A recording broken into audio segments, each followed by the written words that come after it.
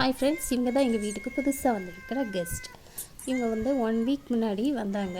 வந்த புதுசில் வெளியிலேருந்து கத்திக்கிட்டே இருந்தாங்க. சரி, ஏதாவது சாப்பிட கொடுப்போம், பாவம் பசிக்கும் அப்படின்னு நினச்சிட்டு ஃபிஷ் வச்சுருந்தேன். அதில் ஒரு பீஸ் எடுத்து வந்து ஒரு பிளேட்டில் ஒரு பிளாஸ்டிக் இதில் போட்டு வச்சேன். ஃபஸ்ட்டு நம்மளை பார்த்து வந்து பயந்து வந்தாங்க, பக்கத்தில் வந்து அப்படியே ஸ்மெல் பண்ணிவிட்டு அப்படி போயிட்டாங்க. அதுக்கப்புறம் பார்த்திங்கன்னா, நான் கொஞ்சம் இங்கே தள்ளி போயிட்டு வாட்ச் பண்ணிகிட்டு இருந்தேன், சாப்பிடுதா சாப்பிடலையா அப்படின்னு. நான் கொஞ்சம் தள்ளி போனதுக்கப்புறம் வந்து நல்லா சாப்பிட்டாங்க.